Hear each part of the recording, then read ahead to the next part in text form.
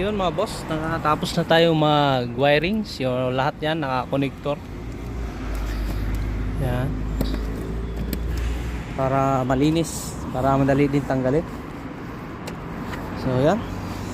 Yan siya. Ito yung sa ano. Yan naman.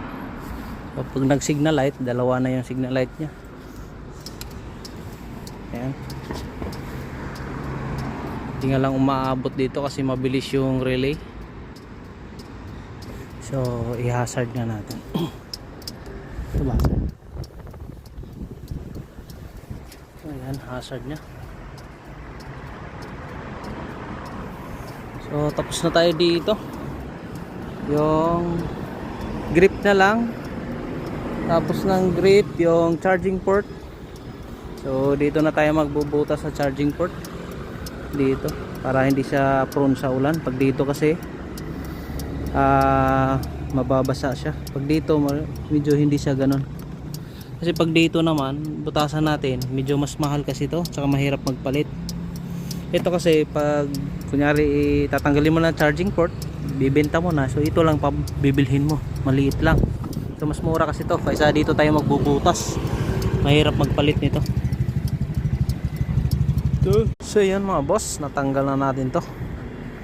So dito na natin butasan sa kaliwa, no?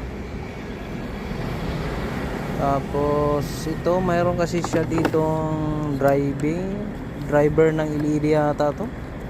Dati hindi na tinanggal. Hindi ko lang alam kung sira na. Ano ba to? Pro light. Hindi na siya tinanggal. So naka LED na rin siya. Ayan.